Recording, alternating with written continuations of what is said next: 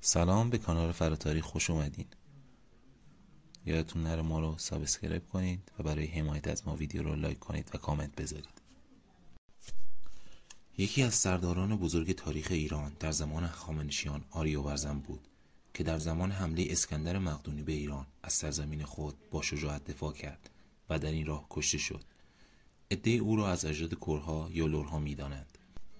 اسکندر مقدونی پس از پیروزی در سومین جنگ خود با ایرانیان که به جنگ آربل یا گوگامل مشهور است، در سال 331 پیش از میلاد مسیح بابل، شوش و استخر را از آن خود ساخت و تصمیم به دست یافتن به پارس گرفت و به سوی پایتخت ایران حرکت کرد. اسکندر سپاه خود را به دو بخش تقسیم کرد.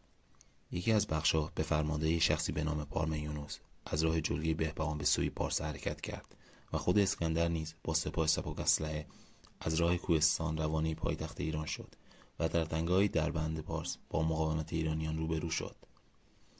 در جنگ دربند پارس آخرین پاسداران ایران با شماری اندک به فرماندهی آریوبرزن در برابر سپاهیان پرشمار اسکندر مقدونی دلاورانه از میهن خویش دفاع کردند و بی‌پروا با سپاهیان اسکندر به مقابله پرداختند و بسیاری از آنان را به خاک نشاندند و سرانجام توانستند سپاه اسکندر را به عقب نشینی وادارند.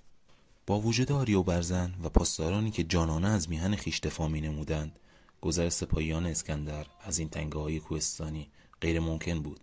پس اسکندر به نقشه جنگی ایرانیان در جنگ ترماپیل روی آورد و با کمک یک اسیر ایرانی آریوبرزن را دور زد و از بیراه‌ها و تنگه‌های سخت کوهستانی خود را به پشت سربازان پارس رسانید و آنان را به محاصره گرفت.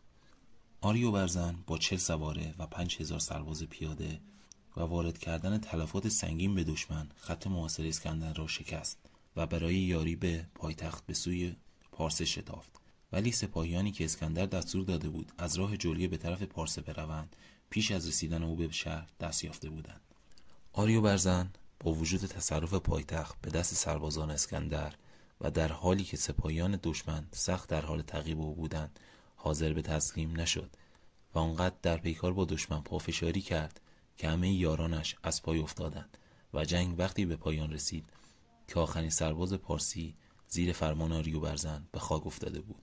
در آخرین نبرد اسکندر که از شجاعت آریوبرزن خوشش آمده بود، به او پیشنهاد داده بود که تسلیم شود تا مجبور کشتن او نشود.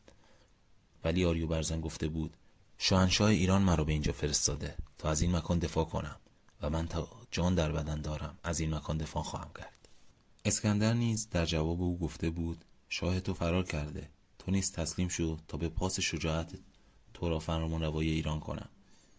ولی آریوبرزن در پاسخ گفته بود پس حالا که شاهنشاه من رفته، من در این مکان میمانم و آنقدر مبارزه میکنم تا بمیرم. و اسکندر که پایداری او را دیده بود دستور داد تا او را از راه دور با نیزه و تیر بزنند. آنها آنقدر با تیر و نیزه او را زدند که یک نقطه سالم در بدن او باقی نماند. پس از مرگ او را در همان محل به خاک سپردند و روی قبر او نوشتند به یاد لئونیداس. در این جنگ یوتاب خواهر آریوبرزن که فرماندهی بخشی از سپاه را بر عهده گرفته بود، در کوه‌ها راه را بر سپاه اسکندر بست. یوتاب و برادرش آنچنان جنگیدند تا هر دو کشته شدند و نامی درخشان از خود بر جای گذاشتند.